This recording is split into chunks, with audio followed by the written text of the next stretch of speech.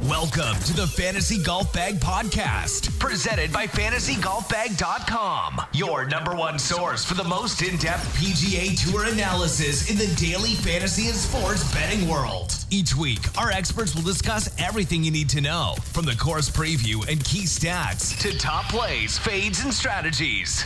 Whether golf betting, grinding out cash games, or playing for a big GPP win, our team has you covered. Let's get after it. What is up, everybody? Welcome back to the Fantasy Golf Bag Podcast. I'm your host, Red Kachik, joined by JK Ray ASU, and we are here to bring you the Genesis Open at Riviera Country Club. Going to go ahead and bring in Jacob. We got a lot to cover in a short amount of time, man. This field is stacked. But Jacob, how's it going, man? Off of Pebble Beach, a little Monday finish, some hail, some sleet, a lot of rain, a lot of wind. How's everything going, man? Things are going good. It was a pretty wild one. I didn't watch much of the coverage on TV, but saw a lot of pictures of white greens and then sunshine 20 minutes later. So I imagine that was pretty wild. I know the weather did play a factor a little bit, not as much as I think everybody was initially thinking, but ended up on a decent amount of guys that fared pretty well. Had a pretty good lineup. I know a lot of the fellow guys in the FGB community ended up doing pretty well. Also, did not have any fill, which, you know, would have been nicer, but it wasn't terrible. And ended up overall pretty solid. Kept it light and still was able to stay in the green. So that's always nice. Yeah, that's good. I definitely played lighter this week. It was obviously with the three-course rotation, it was something that makes you a little bit uneasy. I've tried to attack it with a decent field, but with the three-course rotation, the way the weather changes across the peninsula there. So yeah, definitely played a little bit lighter. And overall had a good week. Showdowns really are picking up steam since we relaunched those Showdown tools back in the middle of January, I think, or maybe probably the second week of January. Those have just that's been unreal so far. We had several guys in chat hit over $1,500. So kudos to everybody that basically is spanking the Showdown stuff, man. That's early on. I think last year when it got released during the Masters, it was really questionable on how to attack it. And I think we kind of cracked the code, at least it seems like so far. And I feel pretty good about that. So definitely going to start allocating more of my bankroll to Showdowns during the week. Try to keep the cash up for main slate. I think there's still an edge there, and obviously GPPs. You gotta enter some of the bigger GPPs, but I'm definitely going into each event start allocating a little bit more of my bankroll right off the bat to Showdowns, almost as a main staple for my bankroll. So looking forward to that. That's been pretty huge. I'm probably underselling it a little bit because it's been picking up more and more steam, especially the last couple weeks.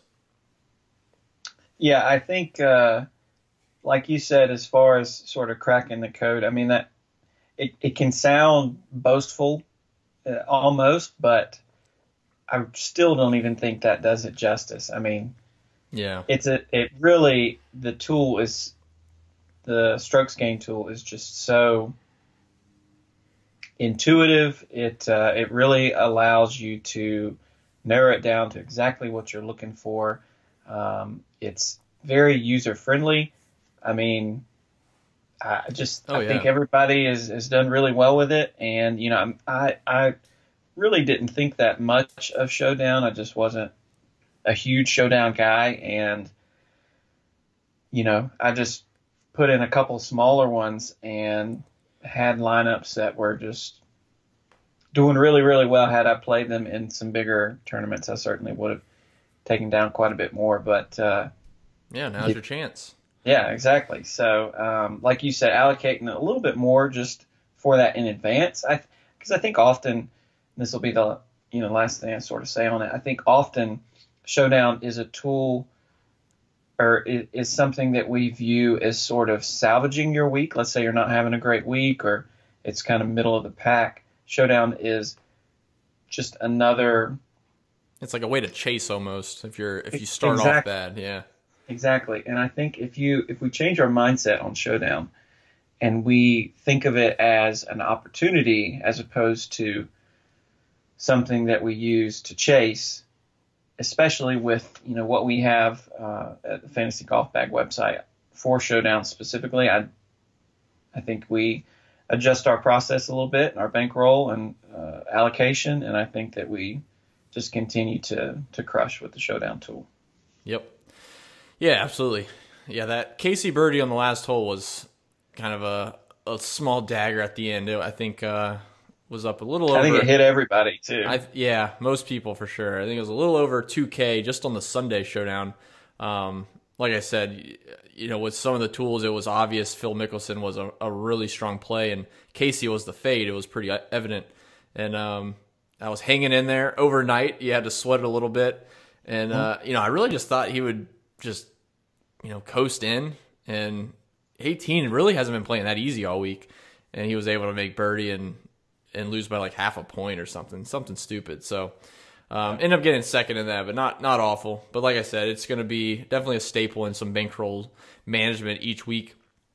And I know we had some questions about it, and we mentioned it a little bit last week on the live stream, so I'm sure most of the listeners are tuning in Wednesday night to our Twitch live stream. But we touched on the Showdown stuff, and I think this Saturday we'll go over a little bit more in depth. I'm not sure how wide open that kind of meeting will be. It'll be like a Zoom meeting, or it might be on Twitch. I'm not sure yet how we're going to do it. We obviously can't touch on every single play for the Sunday Showdown for everybody. But yeah, definitely kind of stay tuned, I guess, and see what that Saturday evening has in store for us. And of course, the Wednesday live stream we'll do just like normal, 9 p.m. Eastern, twitch.tv/RedKachik. So, but yeah, man, I was pretty pleased with Phil. You don't want to spend too much time on Pebble Beach, but just from his tough loss of the Desert Classic, and then he comes here, and obviously he has great course history. I mean, he's played so well here. He's from Southern California. He's played well in California in almost every event he's ever played. And he looks solid pretty much from start to finish. I think a couple other people, obviously Casey looked great through 54 holes, but, Mickelson was never out of it. So, yeah. I mean, some of the shockers was like DJ didn't play great. So we'll see how, obviously he's in the field this week, so we'll see how that goes. He's got tremendous course history, so we can touch on that. But, yeah, overall, really, really good week. Excited to jump back. I know it's been tough getting some 6 of 6s through, but like I said, it's the process is pretty much on point. Adding some showdowns definitely helps boost the bankroll a little bit. But excited to get back to Riviera, where we got plenty of course history and a lot of good a huge field of a lot of good names. So we can kind of transition to that if you don't have anything else on Pebble, man. Yeah, no, I'd like to jump right into Riviera. All right, man. Yeah, we got a ton to get to. We haven't seen prices like this since maybe the PGA or even the British Open last year. So it's so stacked. It's crazy. When I looked at it today and was just scrolling down, and you really have to scroll to probably about Kuchar, Garcia, Oosthuizen before you really see names that. Well, it's really interesting with a field like this. I think everyone has been talking about how stacked it is, and it certainly is. But I think you can get kind of lost in the top shelf guys. Basically, like Tommy Fleetwood was, I think 10-3 last week, and now he's at 8-6, like huge drop. And it makes sense because all the guys above him, and he didn't play great last week. All the kind of cards are falling where they may. But I think you can get lost in that top tier, spending way too much time trying to dissect little bits. Am I going to play DJ over JT, or am I going to go to Rory or John Rahm? Like, dude, they're all good plays, and you can certainly make good decisions if you dig into them a little bit. But I think the money will be made down at the low end. I would highly encourage you to, if you're building lineups or starting your research, and when you listen to this, it should be Tuesday.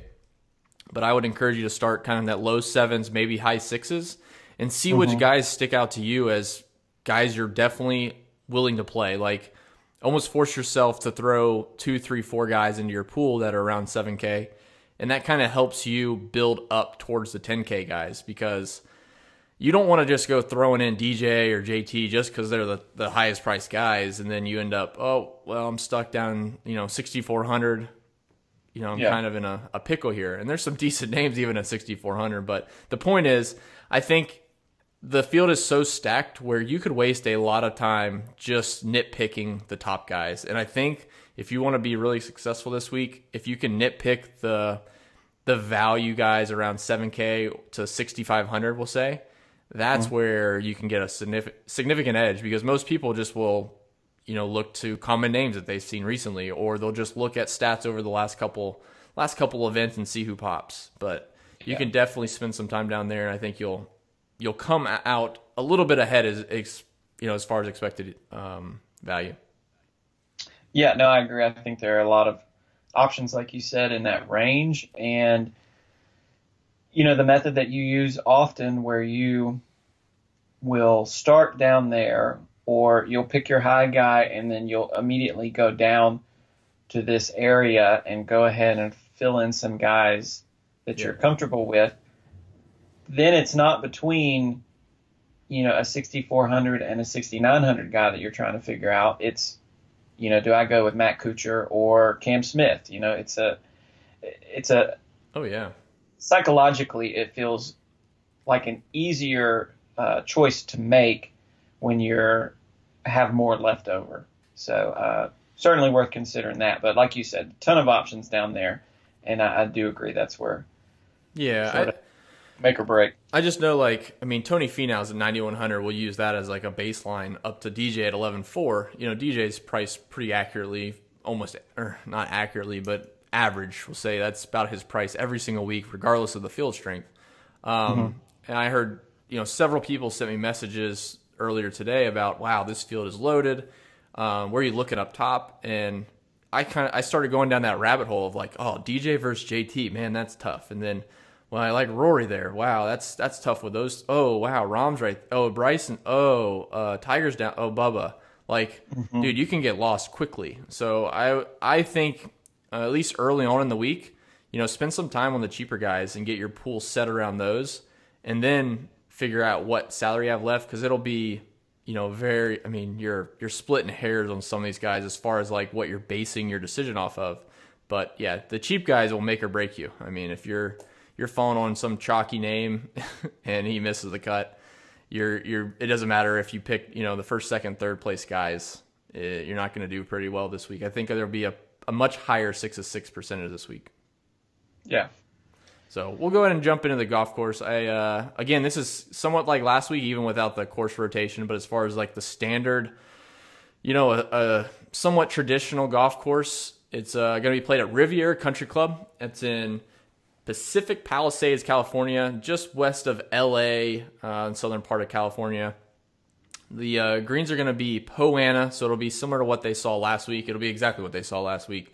So just kind of a side note, you may want to look at maybe guys that putted decent last week and versus guys that maybe putted poorly, and that might be a little bit of a tiebreaker if you really need that.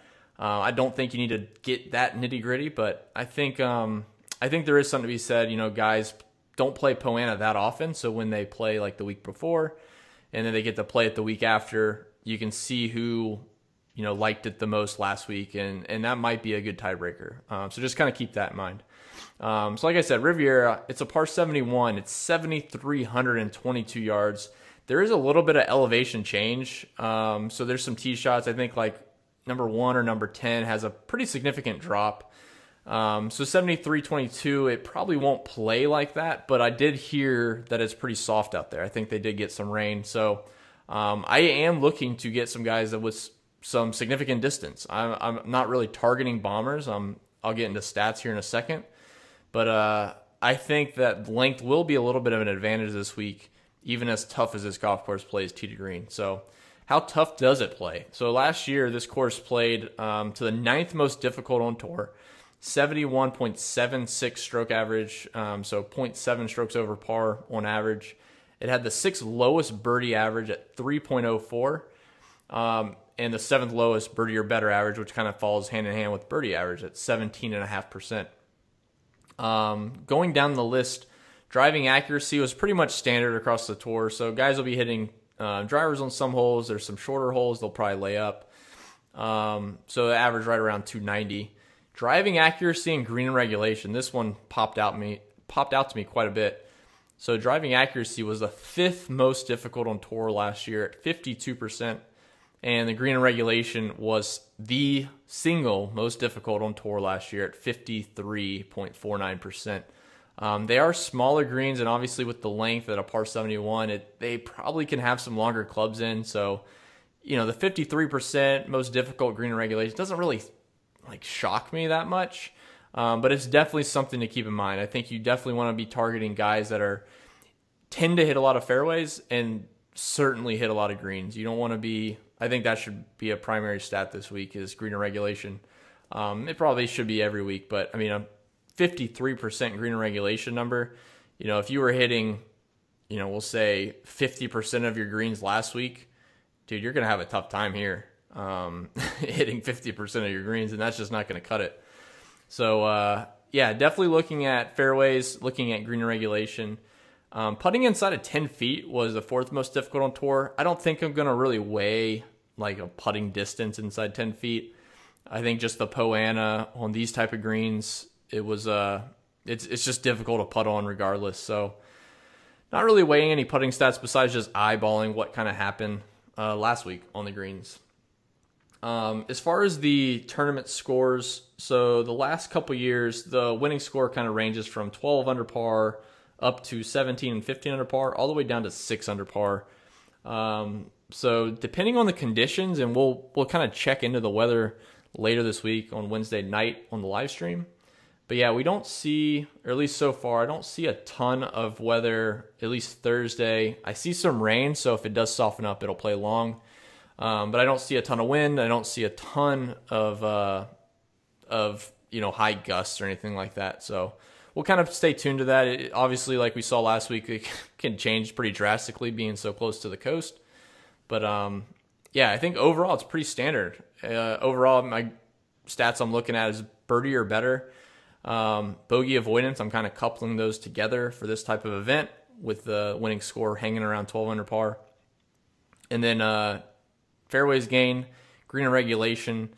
And then the last one that I'm looking at is, see if I can pull it up. Par 4 scoring. So looking at par 4 scoring as well. What about you, Jacob? So I think one of the primary things that I'm looking for this week is ball strikers. Oh, yeah. I feel like that is sort of a good combination of guys that, are good off the tee, tend to hit a lot of fairways, and then, from those positions are able to capitalize and hit a lot of greens.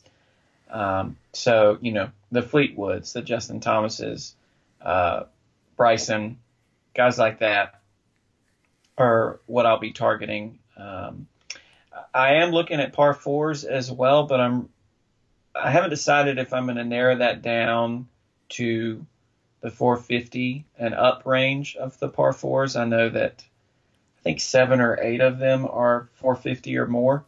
Mm-hmm. And I know with the three par 5s, and then so it's the 3 par 5s and then the 4 par 3s. Yep. And then the one number 10, which is drivable. Yeah. That is 8. And then if you take into account, it's drivable, but they don't really drive it on the green. Just trying to make that clear to the audience. They're driving it up around the green, but man, I'm not sure I've ever seen anyone actually drive it on the green, to be honest. Well, I think the only reason I say that is because it's a hole where, it's significantly shorter. You're going to hit it's like 315. You're going to hit maybe an iron out there and then hit a wedge in or something to that effect. Yep. So I'm not really considering that. But outside of those 8 holes, you've got 10 other holes, and 7 of them are par 4s that are 450 or greater. Mm-hmm. So I still haven't decided that yet. I really like par 4 scoring, but also like 450 to 500. I would just, depending on how far you go back, just watch the sample size. Okay. You should have a decent amount, but not everyone's played the same number of events. So that's why I just kind of threw par 4 scoring in there as a lump, and it's a very small percentage. Okay. I did include strokes gained approach. I forgot to add that. And then just talking about the distance aspect with the fairways, I might add strokes gained off the tee just to kind of couple. I mean, you think about like a JT or a Rory, they are fairly accurate off the tee, but they're super long. That gives them an edge on off the tee, not so much driving distance and not so much fairways gained. So I might add off the tee. So I might, just as a note to myself, I might want to go ahead and try that model out. And then I think the last thing, I was still trying to decide on driving distance as a whole. Like I think that I'll take it into consideration, but it might be less. If you're going to use distance, just use off the tee, because that incorporates the distance with the accuracy. All right, well, that answers it. I mean, we talked about this. We don't have to dive into it, but we talked about this a couple weeks ago. Like, I think it might have been with Nick, but the off the tee stat takes into consideration the distance off the tee, but also how far on proximity your next shot will be to the hole.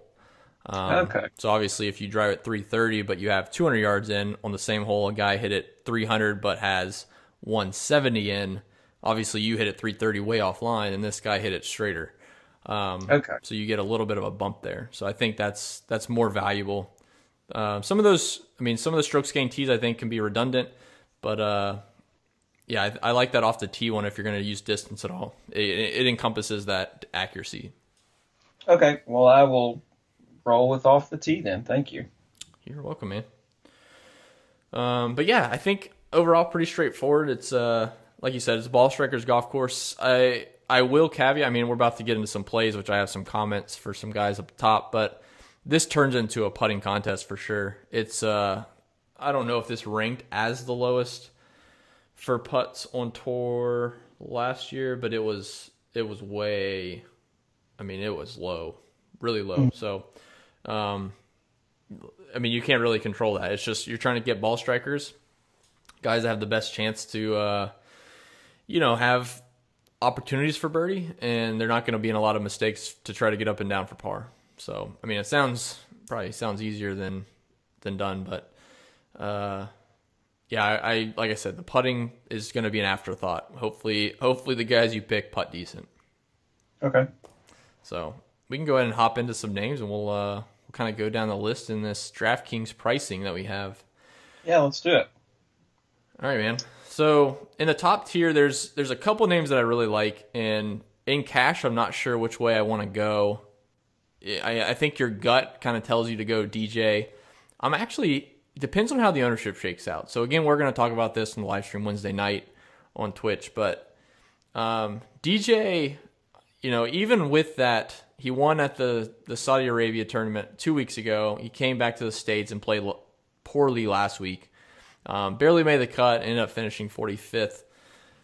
But, looking at his course history, I think this will jump off the page to most people. And when I was digging in a little bit deeper, like last year, he finished 16th, and I still checked his putting. So one of the things, especially on POA, is I like to check how people putt comparative to the field. And he averaged 25 putts per round last year, which is really low. Like 25 is something we're trying to target in Showdown, and he averaged that for the event, and he finished 16th. For the event last year at the Genesis Open, the average putts for the entire field was 28. So like he beat the field average by 3 putts around, or 3 putts for the event. And I have a tough time going back to DJ. So like in the top tier, my favorite play, just so we'll get this out there and you can kind of tell me where you're falling, is Rory is my favorite play for sure at 10.7. I like JT as a GPP play. His finish last year was 9th, and I mean, at his price, it's really not that great. You kind of want a little more than that. At least there's an opportunity there. And his finishes prior to that have not been great, but he stacks up really well for me. Birdies, bogey avoidance, strokes gained approach. He's at the high end of every single one of those categories. Rory I like a ton, and John Rahm is a guy who hasn't played here, but I feel like he could win this event. Like this is a really, really good golf course for Jon Rahm. So I would probably rank it Rory, and then I would probably lean Jon Rahm, and then JT as a very close third in that range. Interesting. Thanks, man. You always say that. Interesting. Well, sorry, I probably do a lot. I mean, I think it's so easy to fall into these prices at the high end and immediately just, TJ's most expensive. He like psychologically you think he's the best play. And most weeks he probably is, but there's, like we said, this field is so stacked. 11-4 is pretty pricey. There's some certain red flags. He traveled from Saudi Arabia. He didn't play great last week, and he didn't miss the cut. Like, if he missed the cut this past week, it'd kind of be a different story. Like, I would probably be more interested, but then he had to play through the weather. He had to finish late Sunday.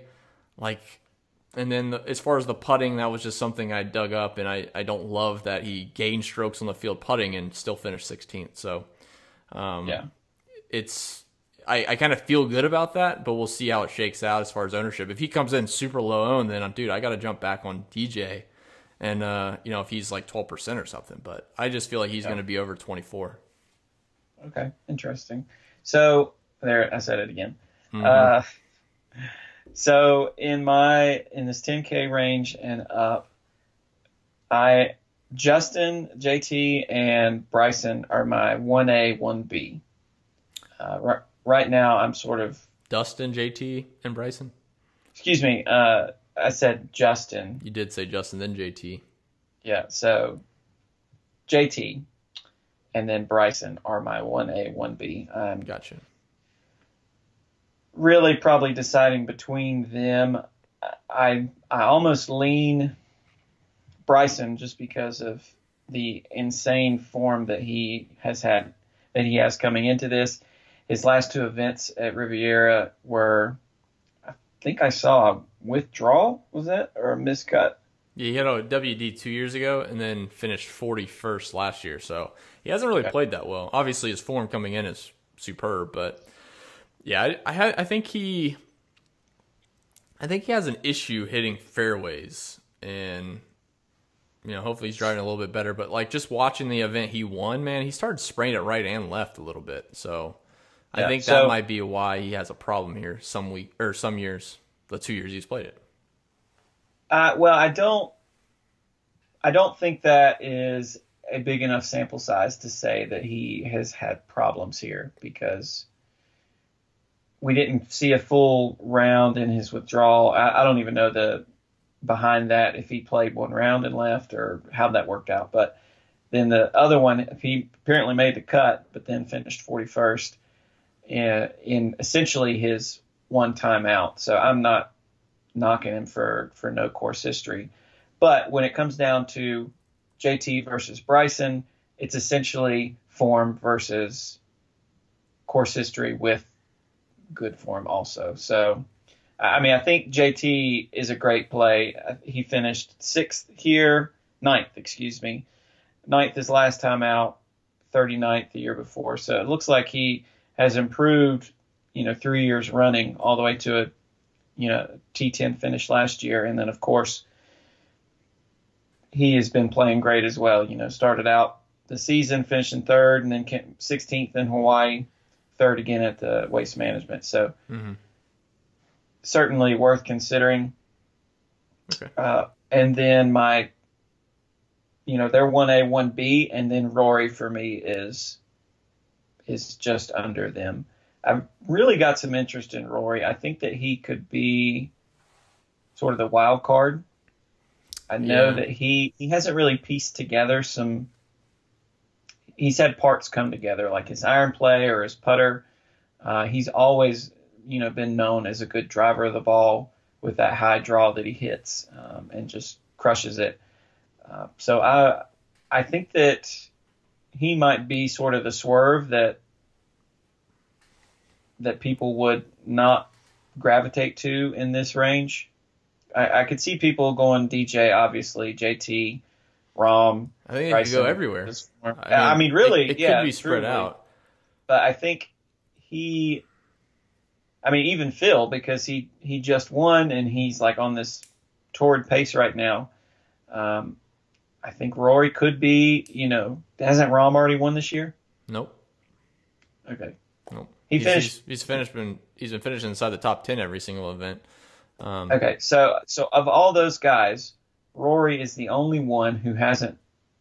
I mean, he hasn't had bad finishes. I don't want to make it sound like that, but he hasn't had the level of finishes that these guys have had, or his game has seemed off in certain parts. So I could certainly see him as a potential pivot. But like you said, this range, we're just splitting hairs. I mean, all these guys, the pricing is really tight up here. The talent level is just through the roof. These guys are top players for a reason. But for me personally, it's JT and Bryson are 1A, 1B, and then Rory.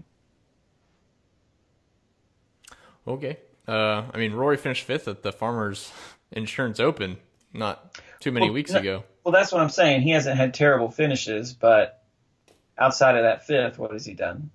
Fourth. He hasn't played since before that. Finished fourth of the Tournament of Champions for whatever that's worth, but he hasn't played any other events. So, I mean, he's playing good.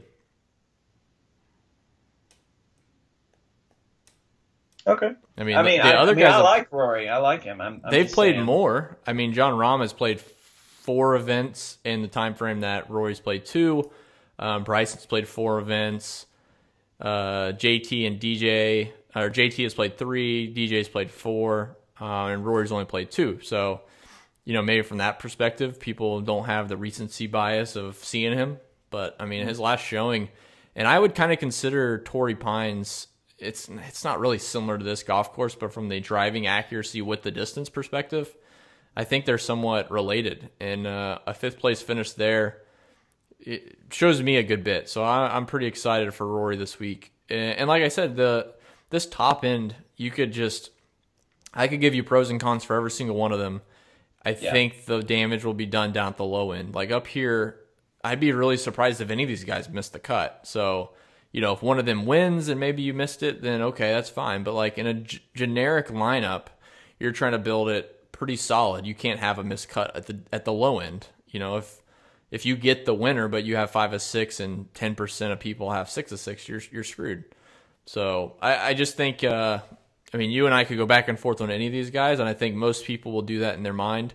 They're all good. They're all good plays. Yeah. I don't think I can name some good things and bad things for each one. I don't think any of them is an actual bad play. Agreed. One last note on Rory. 2 out of the last 3 years, he's finished 20th, so he's got course history. A little bit, yeah. And those were years he really hasn't. I mean, I can't remember how his lead-in form in 2016 was. I can pull it up. His lead-in form was almost identical to what it is now. He finished 20th, but last year he was really like out of it. He was like, meditating and that stuff. So yeah. I don't know, but I do like all these guys are in play. We'll just leave it at that. Yeah. And then we can kind of finalize our thoughts on the live stream Wednesday and see if maybe one just, we're sticking to 1 or 2 in 100% of our lineups, or if we're going a different direction. So it doesn't get easier from here, man. Let's go ahead and drop down the 9K range, and let's see where you're leaning. Because, 9K and the 8K just feels like a big batch of 10K guys. It really does. A lot of these guys were priced 10 in pretty much all the events that we've seen thus far. So really interesting group of players here. I will probably be fading Phil. Yeah, same here. I just can't chase after a win. And there's guys that aren't that high priced. I mean, we don't have to hit Phil too hard. I mean, he's obviously playing great. And if you wanted to build a cash lineup and you had room somehow, and he's probably a safe bet, but to make the cut. But I think the upside is somewhat limited coming off of last week's Monday finish. So I'm not going to play Phil this week. Hopefully other people try to chase that. So no Phil for me. I remember last year I decided I wasn't going to play Bubba because, I was like, course history. And he likes this course. That's really the only reason that I'll be considering him. He's certainly actually doesn't have bad numbers off the tee. He's ranking pretty well in the last 24 rounds. Driving distance, obviously, we know how long he can hit it. And his green and regulation percentage is actually not bad. So he is more interesting to me than he was last year. I know his form coming in. Let me just double check it real quick. I don't think it Who are you talking is about? terrible. Bubba. He finished fourth at Phoenix. Yeah. So, prior to that, he had a miscut, and then He only wins every other year, though. So this year he's due for not a win. well, his not a win 5 years ago was a 14. So Yeah, I know. yeah, no, I get it. I get the odd even year thing with him. He loves it here. I mean, wins, I think you get drawn away with the WD and the miscut there, but I think he's a pretty good play. And I wouldn't be surprised if he comes in a little bit lower owned, at least from what I'm looking at. He hasn't played that much this year. And I think he could be, at the Sony, I think he MC'd. So I think statistically he won't pop for people, and that's a good opportunity to get on Bubba at a place that he obviously likes. And I just got some breaking news on the golf course, and I just wanted to bring it up real quick. So if people don't know, Riviera hosts the NCAA shootout, so it's a bunch of collegiates that are out there that finish up on Monday. So I got a little status report for the golf course. It looks like the rough's not going to be too bad, and should remain somewhat short for the remainder of the event. So the Kikuya right now is at 2 to 3 inches max. So I mean it's really nothing. They say if it gets over 4 or around 4, that's when the ball will start to sit down and you get some issues. So from a driving accuracy standpoint and kind of around the greens, it shouldn't be terribly penal. So like you said, the off the tee thing with a little less driving accuracy emphasis might be the ticket this week. Just knowing that. They said it's been really cool there with the rain, so the ball's plugging, so it should play long. So I think, like you mentioned, it might be a really good idea to start, especially tiebreakers, take the longer guy, and he'll be able to carry it a little farther, have a little bit shorter club in, and that might be the ticket. So overall, it looks like the course isn't going to play terribly tough off the tee. And the ball is holding with 5 irons and 6 irons on the greens, which is pretty rare, actually.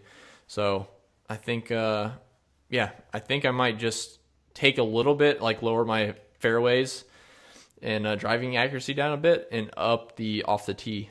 So just wanted to add that in there real quick because I just saw the text come through. Awesome. Thanks for that, man. That's great. Great news. Yeah. So, all right. Go ahead and finish up with your 9K, and then I'll kind of throw in my high points in here.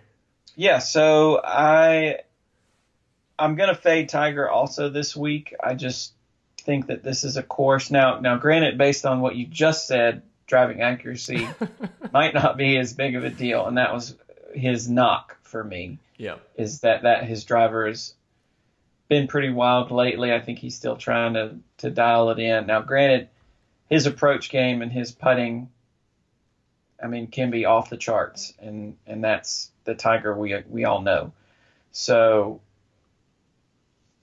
he'll probably be popular at 9,500, which will just lend me to move away from him. I would gladly pivot down to Xander if his ownership, the ownership difference there is going to be significant. So that being said, I do have a lot of interest in Xander. I've got some middling interest in Hideki coming in with decent form. And again, if he can, the kind of knock on him and his driver can get wild sometimes. Granted, his putting also, I don't know if this POA is going to negate that or still be a bad thing for him. But got some interest in Xander, Hideki. Not really Spieth, although we're getting down to the range where I might consider him. I think he might have to get down into the 8s before I'm like, oh yeah, let's fire up some Spieth. But you're not going to see him cheaper than this, I don't think. Like between now and the Masters, I don't think. So what if he misses the cut here? I still don't think he'll go lower because the field strength, we won't see anything stronger really besides. There's really nothing. Well, then maybe I play him at Augusta. The Bay Hill event, which I don't even think he plays in, might have a decently strong field, but I mean, Augusta, he's going to be close to 10K again, man. Like, I'd be willing to bet he is. I would take a little bit of some odds, but I think he'll be over 10K at Augusta. Well, it sounds like I'm not going to be playing Spieth for a while. We saw a good round from him. I think this has happened both at the Farmers and at Pebble last week. We saw a good round or a round and 3/4, and then it was just what we've seen the last year, where it's not just putting, it's ball striking is not what we're expecting, what we're used to seeing from him. So until those things begin to round back into form, that's an easy pass for me. And then I like both Tony and Cantlay. They both got enough distance. Numbers look good on both of them. I know I'm trying to decide if Cantlay is going to be popular down here just because he's cheap, or if people are going to be afraid because of the withdrawal from last week.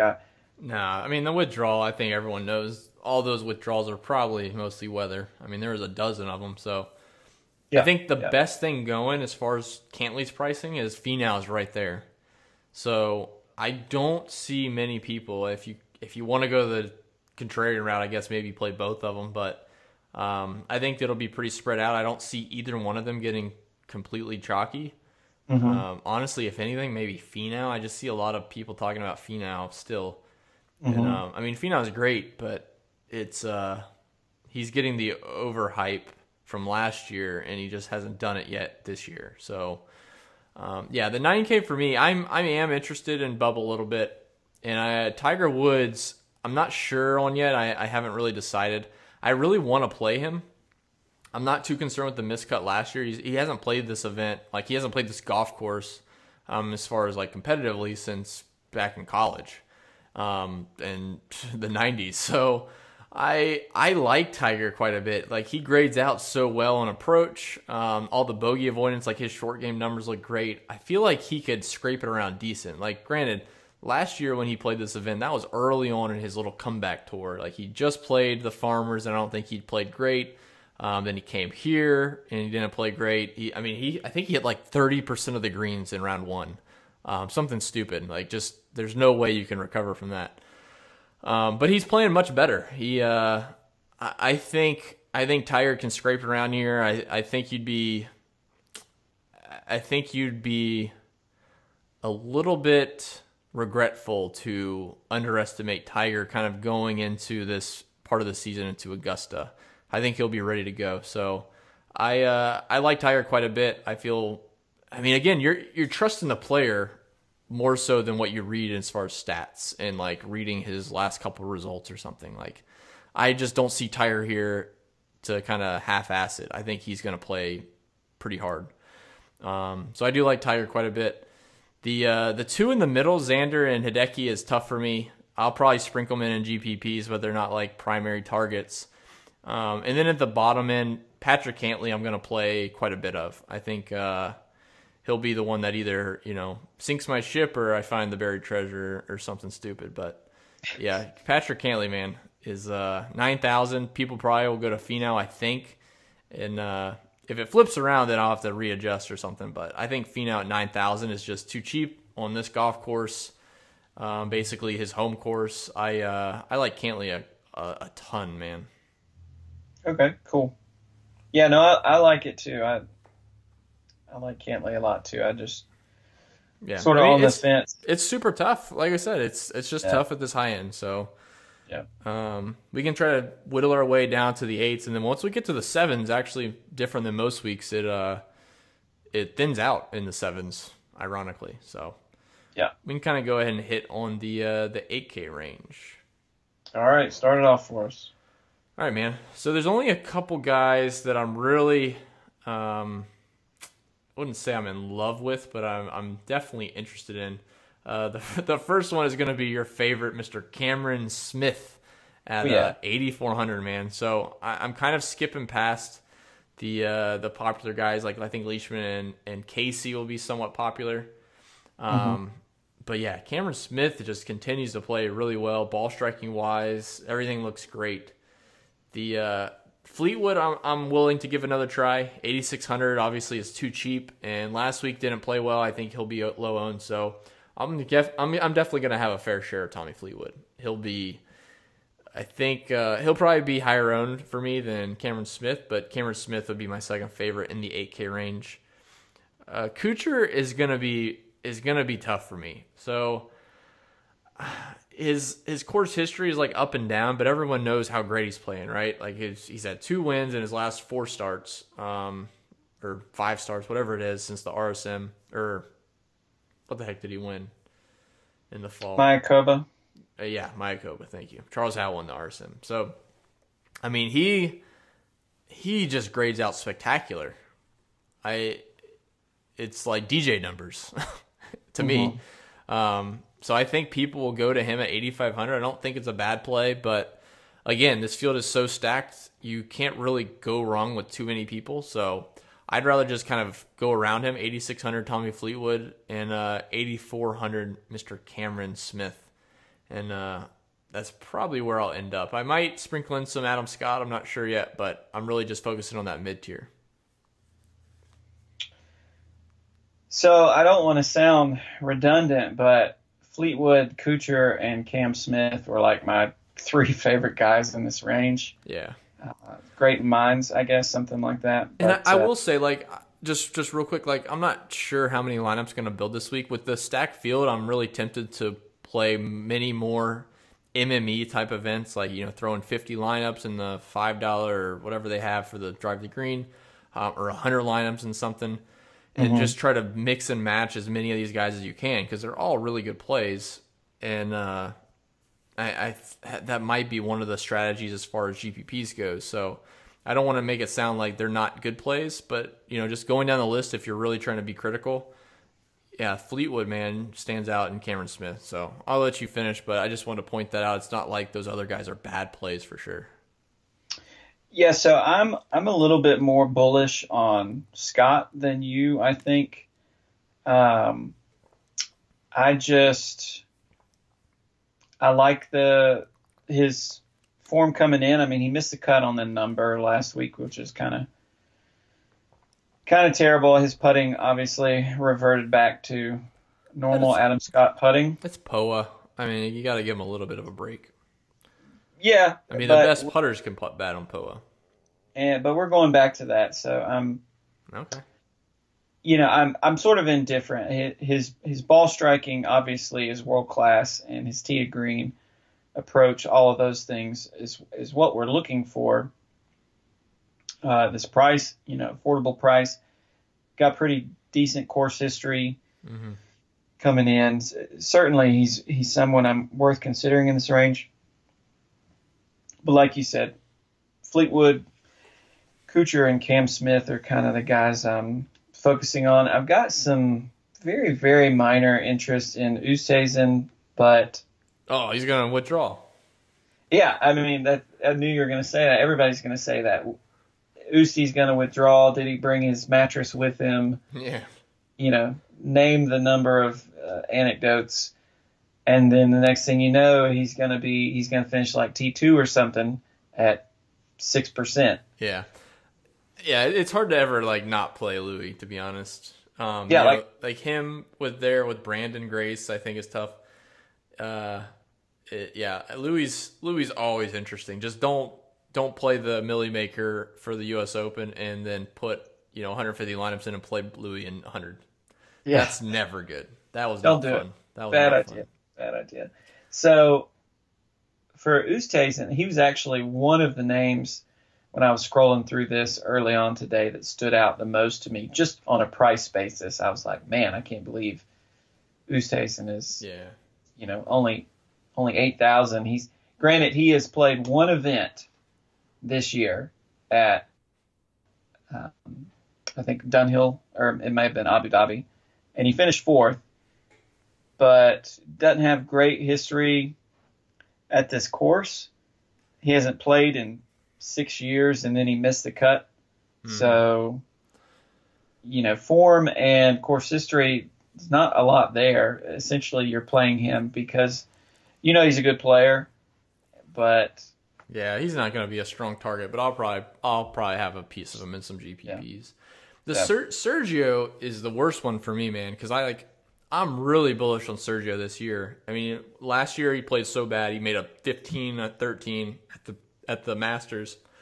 And then really kind of had a downward spiral. And then this fall, I don't know if you've been following the European Tour, but dude's been playing great until this 2 weeks ago, and he, blew up a couple of greens and got disqualified, I think he got disqualified. So, but Sergio's been just on a tear as far as ball striking stats. I've been following over there on the European Tour, and dude, every single week he's 78% greens in regulations, 88% green regulations, 78, 88, 82.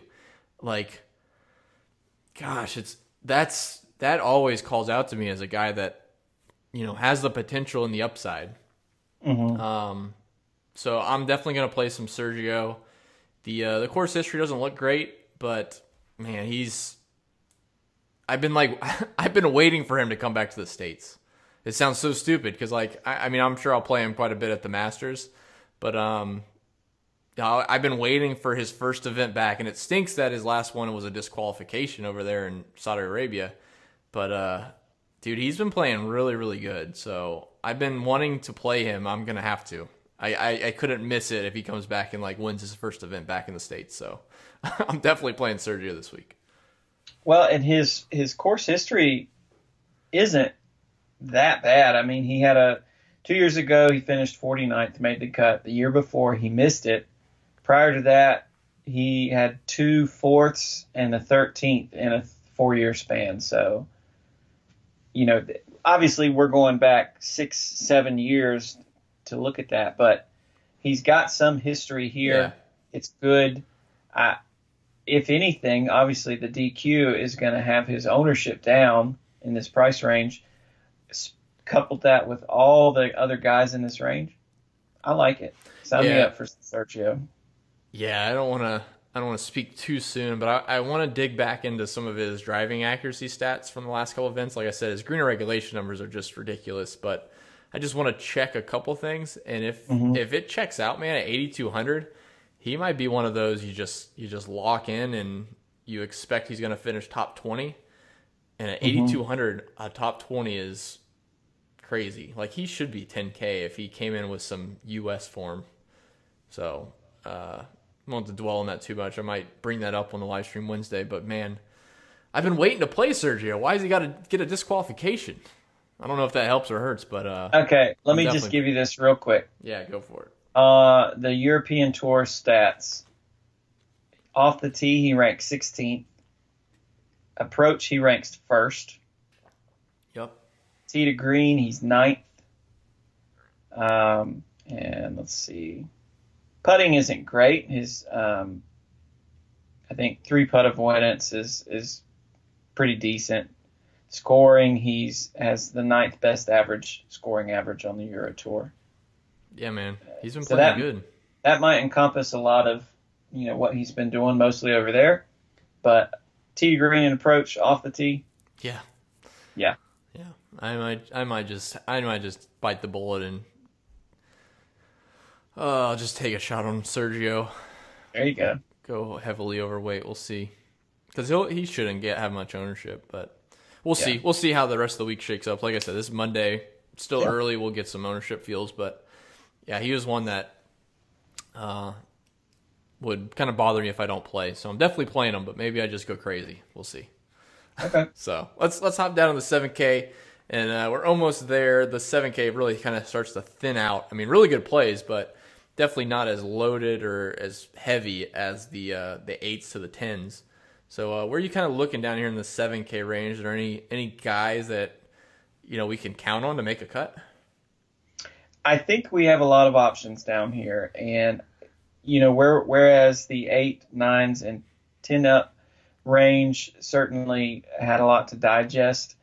The reason that this range is so dense is just that. It's because there are so many options here from 79 all the way down to 7 even. I mean, you've got guys that are, are 9K or higher in the fall swing, like Aaron Wise and, Abraham Answer. Then you've got guys that, have won, Chill right there at the top, won the RSM. But some of the guys that I'm targeting here on the high side, I do like Charles Howell III. His green and regulation numbers are phenomenal. Those are something, again, with these smaller greens, hard to hit greens that we're looking at. Another guy that I like is Hadwin. He had a really strong Saturday, I believe it was, last week that sort of catapulted him to his finishing position on Sunday. I think he shot even, but had a really strong Sunday. And Hadwin has some pretty solid course history. Let me just pull it up real quick. Finished 6th here last year, 34th the year before, 16th and 22nd. He did finish 18th at Pebble last week. So certainly got some interest in Hadwin. And then, really there are just a ton of good names here. Probably going to fade him on what week is this, him playing? 6th or 7th? Sixth week, Sixth. Yeah. And I know he did not play well one of the rounds, and everyone was like, oh, there's the fatigue we were looking for. I don't know if it's fatigue, if that truly is something that comes into play after those many weeks, or maybe he just legit had a bad round because he ended up making the cut, if I'm not mistaken. Is that correct? No, he missed the cut. He had to play 3 rounds, but yeah, he missed the cut on Saturday. That's true. So also, I like Cam Champ at 7,600. I know I didn't play him at 8 or 9 or 10 or what he was off all season, but Cam Champ at 7,600, hitting the ball a ton. I'll take a chance on that. I think that's an interesting play. And then one other guy that I like in here, this is for my higher range, is Kokrak, who actually has some really surprising course history. Maybe not surprising to those that follow him a little bit more, but his last 3 events are all T25, last 3 appearances here, all T25 or better. Finished 20th last year, 22nd the year before, and 2nd in 2016. Coming in with 20th at the Waste Management. Really like me some Kokrak. Obviously a bomber, known for how long he hits the ball, but his green and regulation is surprisingly high for a guy that's known more as a bomber. So certainly have some interest in Kokrak. Okay. I kind of follow the same guys. Hadwin is I'm not really interested in Charles Howell. I'll start from the top. So Charles Howell, I think he's kind of falling into that point of his, like, he kind of hit his peak. He was really striking it well. And I don't think he'll play bad this week, but I don't think at 7,900 I feel like targeting that. I assume he'll be somewhat popular, but we'll see. But Charles Howell's fine, but I'm not gonna chase that. He really hasn't played that great here, and in a really strong field, I don't feel like he has really a ton of upside. So, he could be a safe cash play. He probably is a safe cash play. I probably should say that, but I probably will just avoid him from an ownership perspective, maybe a little bit of game theory. Cabrera Bio looked great last week, so definitely going to be playing him. Doesn't have a ton of PGA Tour stats, but just off of last week, playing in those conditions, first event back in the States, Cabrera Bio looked really good.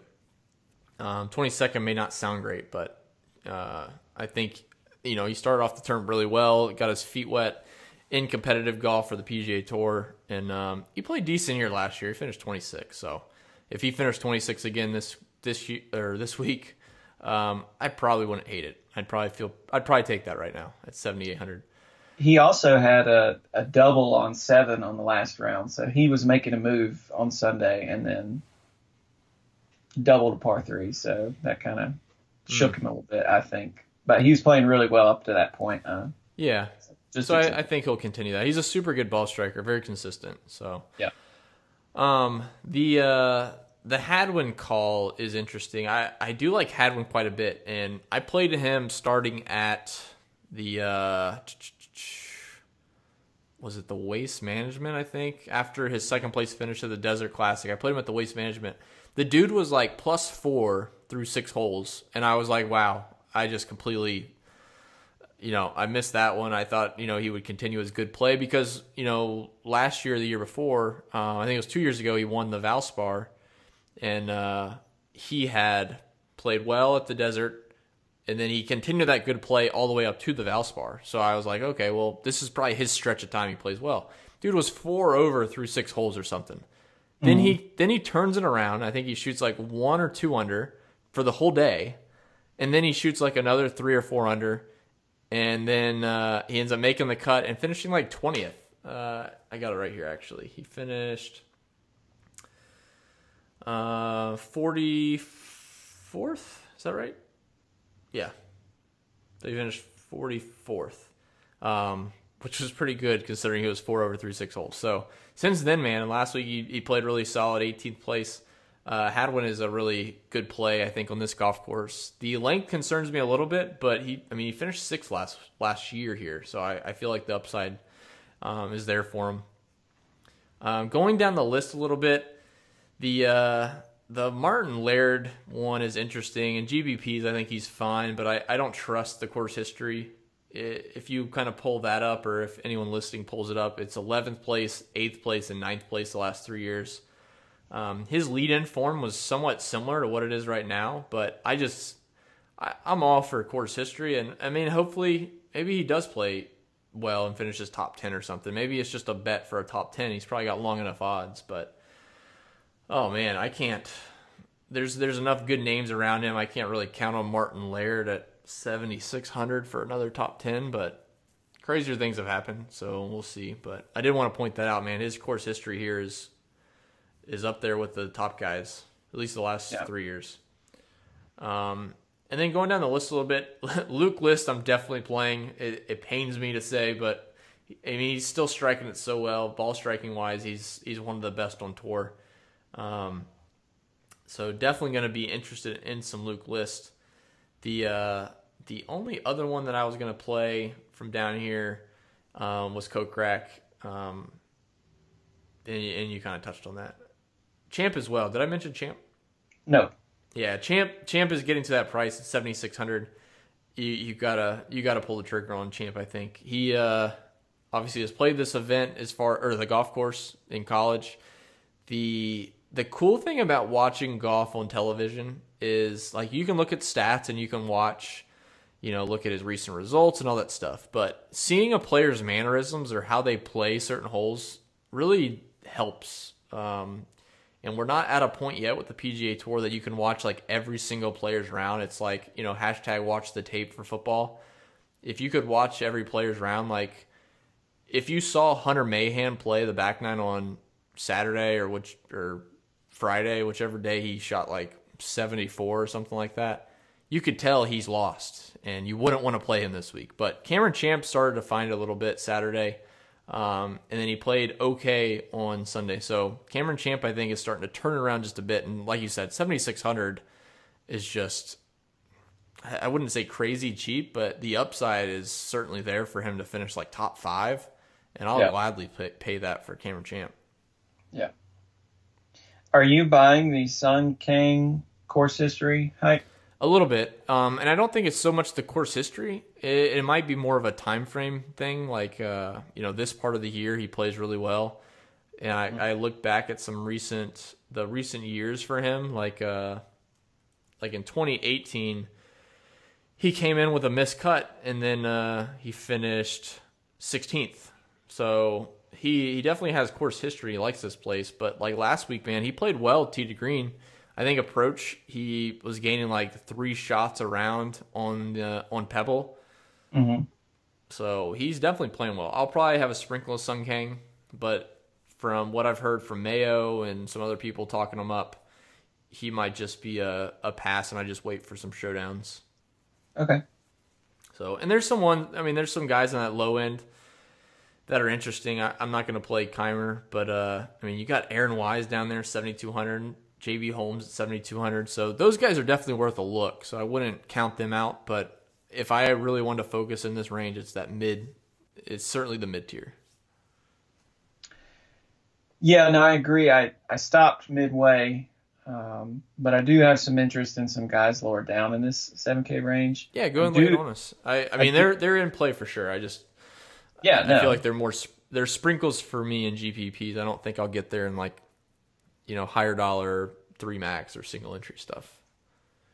I do probably like the mid to higher guys a little bit more, but as far as some of these lower guys, Wise was a name that stood out to me at just that price. Now, granted, his form coming in has been pretty terrible.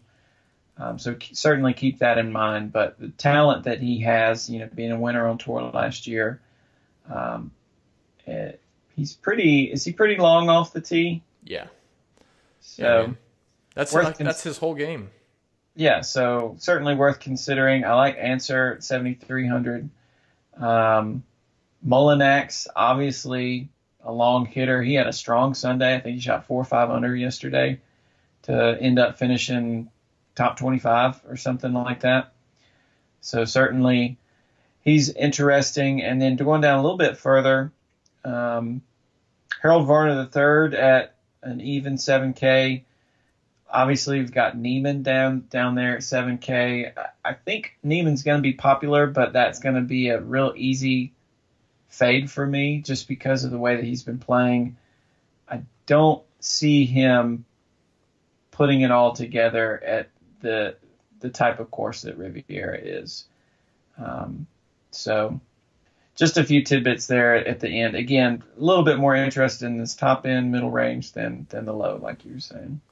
Yeah, the other one down that like you'll definitely see trends with course history, and the ones that had significant amount of putts made. A note on Mullinax, just looking through the PGA Tour thing, it looks like he withdrew, so he's not playing. Oh, already? Yeah, he backed out. So just a FYI. Thanks. But he was going to be a good play, man. He's probably going to win. Good call. Yeah. So Kevin Na, yeah, man, great call on Mullinax. Sweet. Kevin Na, his last two years he played here, he finished 4th and a 2nd. Just looking at last year, so one of the things I'm peeking at using some of the tools on Fantasy Golf Bag is the historical strokes gained. So he gained over 5.5 strokes putting last year. He averaged 24.5 strokes putting per round. So like I have a tough time counting on that. I think he's cheap enough. A 30th place finish is probably acceptable.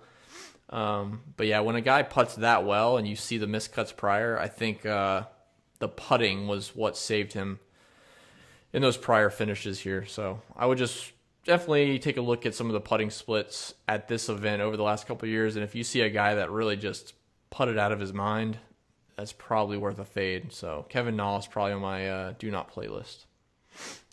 So we can all right. Yeah, so we can kind of hop down in the 6K range. It's really not that bad. There's a few names that I do like. So I think you can make decent lineups, I guess, with some 6K guys, but I'll see what you have to say. So kind of start on the high end there. Two names that stand out to me right off the bat, Mr. Furyk and Mr. Stricker off of last week, and neither one I'm going to be playing. I had someone ask me that earlier today. But, kudos to Jim Furyk. He played great last week. But, yeah, it's just not something I'm going to really chase. So, going down below that, Sam Saunders played a little bit better. I think he's interesting. He had, 26th and a 49th the last 2 years. He made it to the weekend last week and shot 38th. He's a really good iron player, and his stats probably won't show that because he's had a few missed cuts. But when he's playing well, his irons are on point. So 6,800 for Mr. Or is he sit? No, 6,600. Sorry, I misread it. Hey, real quick, Steve Stricker is not playing. Did he? Oh yeah, because it doesn't make any sense, man. Like you play at Pebble, and then you get into. Like, you can get into every senior tour event he wants. That's what he's doing. He's playing the Chubb Classic. Yes, that's it. Okay. Well, I mean, I wasn't going to play him anyways, but I assumed he was going to get talked up. Are you looking at anybody in the high end of the 6K range? I do have some interest in JJ Spawn at 6,900. I've got a little interest in Peter Uihlein. He hasn't had great form coming in, but I think his last appearance here was a 26th, I believe it was. Let me take a peek at it real quick. Yes, 26th. He withdrew from the Phoenix Open. 2 miscuts prior to that, so not great form, but he does have that finish there last year. So I think he'll make the cut. Don't think to expect much more than that. Maybe T25 or something. I originally had some interest in CT Pan, but the length off the tee scared me a little bit. Yeah, I was the same way. I thought accuracy, I would probably lean a little bit CT Pan at 6,800, but with the distance thing, with the fairway soft. Name a few other guys. I'm going to look it up, though. He played this event back in college. I'm just curious how he played. So go ahead and name off your guys. I'm going to go look that up real quick. So a couple other guys, and most of these I have not dug into thoroughly enough, which I will be doing over the next 24, 48 hours. But James Hahn, Danny Lee, Denny McCarthy I've got some interest in. Going down a little bit further, it sort of strikes me as odd to see the Barn Rat at 6,700. I know last year he was pretty popular overall, but not really a lot of course history coming in. When I say not really, there's none really dating back almost 10 years. And then he hasn't played an event. To my knowledge, I don't see anything. That might just be because of the sheet that I'm looking at hasn't been updated. But and then the classic, my candidate for the next Lucas Glover is going to be Patrick Rogers, because obviously Glover missed the cut at Farmers. Frustrated with him, didn't play him, even wrote him up last week as a good bounce back from the cut. And then he played awesome and, finished really, really well. Patrick Rogers played absolutely horrendous. Yeah, I'm not playing Patrick Rogers. He'll probably finish top 15, but he is a California guy, went to Stanford. Yeah. It's long off the tee. That's about all that is positive for him. I mean, those are key statistics. You can name key statistics for him, but I don't know if I can count on those this week. Just for the heck of it, I'm going to look at his course history. Patrick Rogers? Yeah. He finished 26th last year and 22nd the year before. Yeah, I don't think it's worth chasing. Yeah, I can't look at any more stats because that's going to. No, I don't think he's worth it. I only have a few more guys down here in like the mid to low 6K range. So this will probably be where I fall to try to get up to, stacking two guys over 9K. Mm-hmm. One is Sam Ryder, 6,400. We haven't seen him in a few weeks, but again, tee to green wise, he's always looking good. He's playing long enough, so 6,400. He was kind of like the Julian Atulian from last week, who ended up making the cut and playing really well. And then speaking of Julian Atulian, I'm going to go back to Mr. Atulane. This week, he 6,300. The form last week looked decent. I feel like he can keep that momentum going, and I don't think that's a terrible play if you need the salary relief. The one that stands out to me in this range is Keith Mitchell, 6,400. I really think he sets up well for this golf course, and his last couple of events have been somewhat poor, but I'm probably going to play him regardless. I just think that talent is there. He's a longer player. He should play this golf course decent. So I'm interested in Mr. Keith Mitchell. Yeah, I was about to say when you were talking about Ryder and then Atulane, if you were going to hit on Mitchell, because I do have some interest in both Ryder and Mitchell. I'm really honestly very surprised to see Kyle Stanley this low, but granted, his form over the last few events has been really, really bad. Waste Management and Farmers both missed the cut. He did finish 22nd at the Sony, so I don't know what frame of mind he's in, but we have seen Kyle Stanley perform before. He is a long, accurate driver of the ball, good approach game. Yeah. Kyle Stanley at 6,600 is a little crazy to me. It sounds stupid. Yeah, I'm gonna play some Kyle Stanley, but I just don't know how much. I think he is above the class of everyone down here. Like, I just glancing at the names. I mean, there might, Keith Mitchell might be close to him, but just in general, Kyle Stanley at 6,600 is a little ridiculous. Yeah, I agree. And then the last one that I'll hit on real quick is Scott Langley coming off of last week. He really didn't shock the world on some of his stats, but he hit a bunch of fairways last week, and that at least bodes well for me. He hasn't played here in a few years. The 6th place last week. He finished 12th a couple weeks ago, I think, for the Sony. So he's got decent form. He's just too cheap. So I would think he would be popular, at least a little bit, but who knows, man? In this type of field, he might just be overlooked. He kind of fall if he was 7,400, he'd probably be more popular than he is at 6,600. As crazy as that sounds. Mm-hmm. So that's pretty much it for me, man. We can certainly wrap up some cheaper guys if we circle back on Wednesday night, but it's like we said, it's a loaded field, and you can build a lot of really good lineups from top to bottom. And you don't have to start off stars and scrubs. You can build balanced, or you can do stars and scrubs and still build a really good lineup. So it's going to be an interesting week.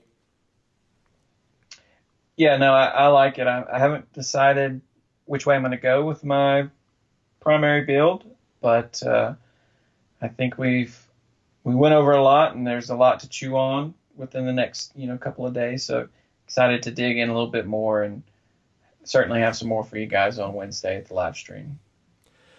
Yeah, so that'll do it for us. Definitely, if you are interested in the Showdown show on Saturday night, you can send an email to support@fantasygolfbag.com, or just DM the Fantasy Golf Bag support account on Twitter @fantasygolfbag, and we can see what kind of interest we have to make a bigger room or make 2 separate sessions. But that'll pretty much do it, guys. Definitely leave us a rating and a review on iTunes if you haven't already. You can check out the website, fantasygolfbag.com. That has all the tools that we're using for Showdown, all the tools and the articles we're using for the main slates each week. And, of course, you can find us again Wednesday night, 9 p.m. Eastern on Twitch. And that address is twitch.tv/redkachik.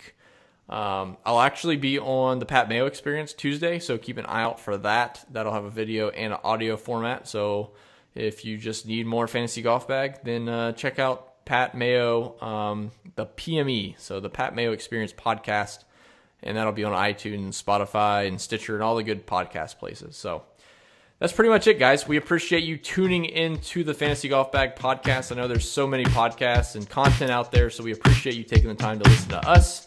We will see you Wednesday night for the live stream. Good luck with your research and good luck with your lineups. We'll see you later this week.